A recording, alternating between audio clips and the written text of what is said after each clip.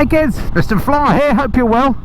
And welcome back aboard the brand new for 2022 Royal Enfield Scram 411, or the Himalayan Scram 411.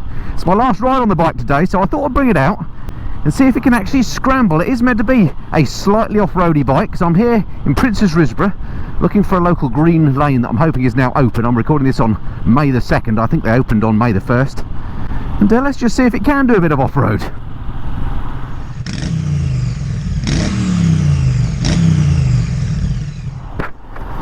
Right, I'm not too sure exactly where this green lane starts. I think up here on the left. And then, is it down here? I think it's up here on the left. I've done this once before. I think it's down here. Here we are. Upper Icknield Way. November the 1st of May. Here we go. So this one is a completely legal byway open to all traffic. I'd hate to upset anyone. Let's see how this goes.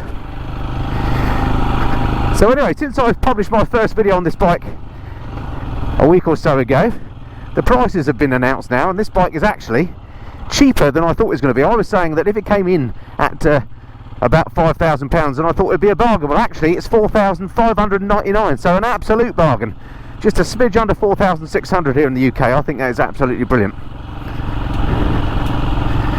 So here we are. This is the start of this green lane. Before I get too carried away on it, I just want to jump off the bike and talk about some of the things that you've commented on following that other video. So I'll just pass these walkers and then I'll jump off and show you. They look suitably frightened, as they should be. Thank you. Bit miserable looking, weren't they? Anyway, let me just jump off the bike here. A couple of things to do before I tackle this mighty green lane. Let's turn the bike off. First thing is turn on the 360 cam. Let's see if we can get some footage of me going down here. I never know quite how to operate this. There we go. Seems like it's recording. Brilliant. Alrighty then. So a couple of things then about the bike. A lot of people have been commenting and saying how they don't like these yellow things on the side here. I think they're actually quite nice. People have been asking, are they functional? What do they do? Well, and I've been saying, well, they're just bits of effectively fairing. In fact, what they are, I think, is the idea is that they cover up the horn there and they cover up the top of the little oil cooler there. So yeah, they're just bits of cosmeticry if you have a look there. And actually looking at it, it looks like they're almost act as crash bungs as well. They appear to be attached to the frame under there, so I actually quite like those. I think they look good.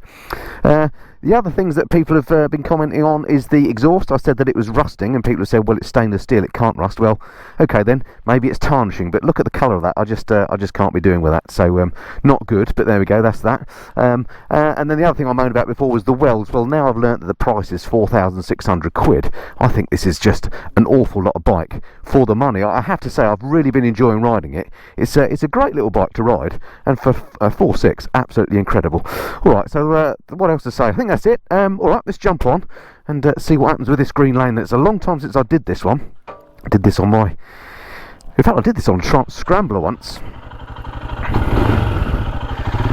and I can't remember at all what it's like, whether it's easy, hard or in between. We have had a little bit of rain yesterday, but not a lot, so I'm hoping it's going to stay as dry as this the whole way down here. And also I'm hoping it's not a tricky lane. Last time I did a green lane it was horrendous. Caution, children and coaches crossing. Ah, yeah, there's a school here if I remember right, and then the lane carries on and it gets a bit narrower. So just the standard tyres on the Scram 411, which are basically on-road tyres. But on this so far easy track, absolutely no problem at all. It's got quite long suspension travel on here, and I have to say it's soaking up the bumps quite nicely.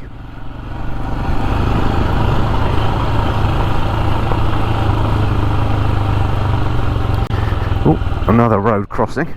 Looks like the track continues over there. There are so few of these legal green lanes around where I live. This is one of the longer, better ones, believe it or not. Those of you watching in other countries, US, Australia and places, you'll be thinking, what is he talking about? That's not even off-road. And I agree, this basically is just a dirt track, isn't it?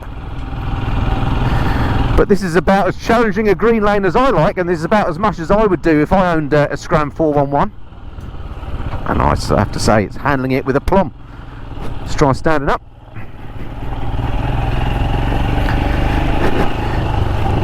Feels quite wide between the legs, but standing up is absolutely fine. Alright, what happens here? Footpath that way, byway this way. Can change gear standing up alright.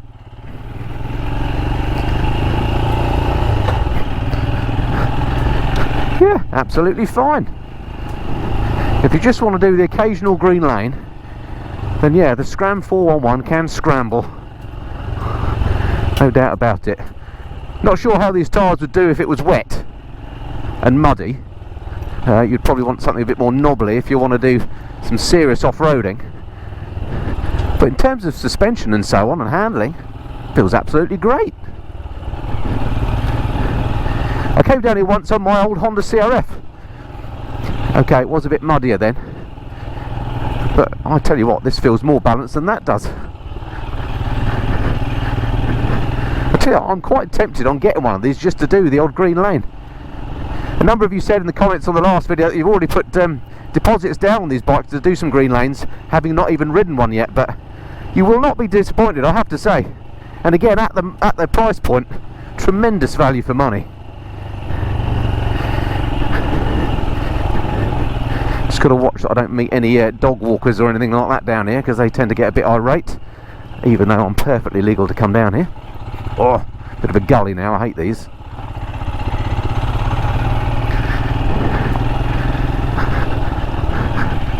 Oh, there's one.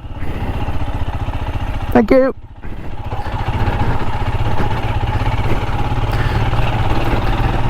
What fun!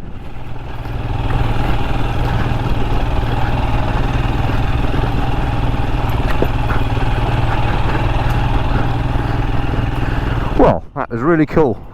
Only short, but it handled it with aplomb.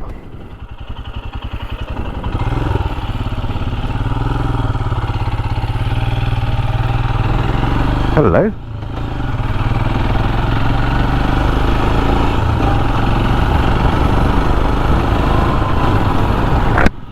So yeah, green lanes, absolutely fine, love that.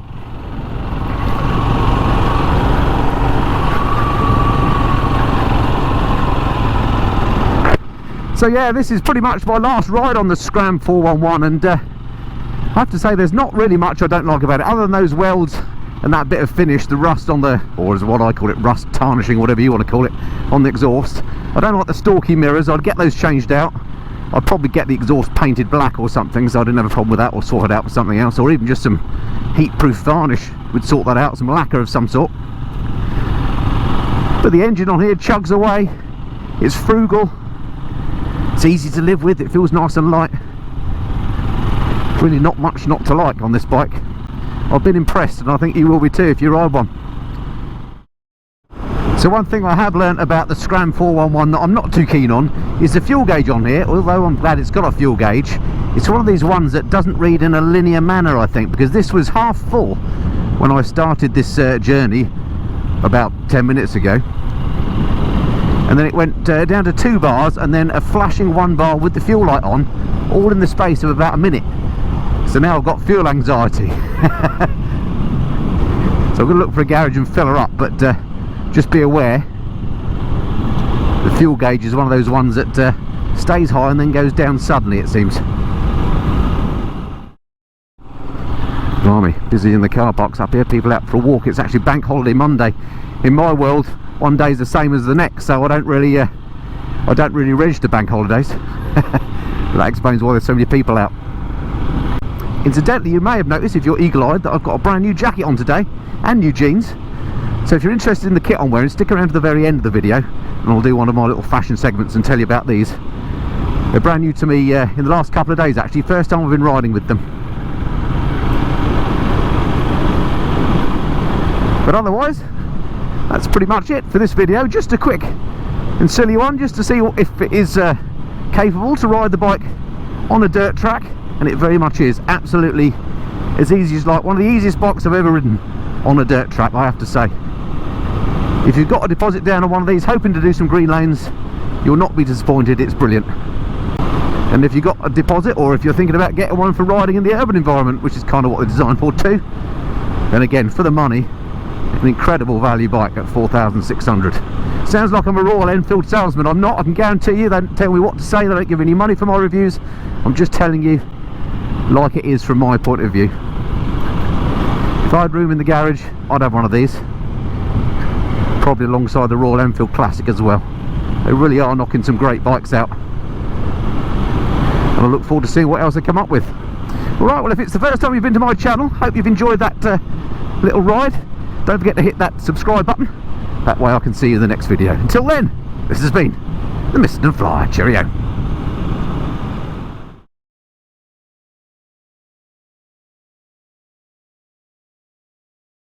Alright, well, thank you for staying tuned for the infamous fashion segment. I've stopped in a wholly inappropriate place with plenty of traffic going past and people looking at me as if I'm some sort of nut job, so I'll try and do this quickly. Anyway, this new jacket I'm wearing then, it's from a company called Segura that you've heard me talking about before. This is called their Funky jacket. It's leather. It's made from buffalo leather, in fact. It's very comfortable, very soft feeling, and I think it just looks absolutely brilliant. It's $399.99, so quite expensive, but then leather jackets are. It comes with a zip-out liner for wearing in the winter. It's quite a chilly day today. It's about 12 degrees, I suppose. I'm perfectly warm enough in just this with a t-shirt under it, and I think it looks absolutely brilliant, and Mrs. Flyer likes it too, so that's a bit of a winner. And then the next thing that I'm wearing that's brand new are these jeans. These are from PMJ. I've used PMJ jeans before, and these ones are called their Russell jeans, and these are in colour tarmac, or tar. As you can see, they're sort of a dark blue with a black effect. These are AA rated, which is the second highest rating. Oh, the jacket, by the way, is AAA rated as well, so from the CE point of view, so very safe as far as jackets go. The jeans single layer, AA rated, so the second highest level you can get, and they are super comfortable. My PMJ jeans I normally wear are excellent as well. They're kind of my go-to jeans, but I think these may overtake because these have got some stretch in them that make them really comfortable. I tend to like slimmer fit jeans. Sorry, Bruce, I know he hates skinny jeans, but I've got a fairly thin leg, so these fit me well, and yeah, I think they look all right. Okay, I've got the knobbly knees, but you get that on all bike jeans, don't you? But yeah, they fit really well, and I really like those. And the details of those, they're called PMJ Russell jeans. They're AA rated, they're in tarmac, and these cost £219.99. And then at the bottom, I've got my Falco Gordon boots that you've seen loads of times before. £185 they are. So all in all, a bit of a retro setup, but I think looks absolutely fine on the old Himalayan Scram 411. If you want the details of these, I'll put links below to them to Sports Bike Shop if you want to go online, or if you want to find out your local stockist, then check out the link to bikerheads.co.uk below, and you can find out your local stockist there. All right, speak to you again soon.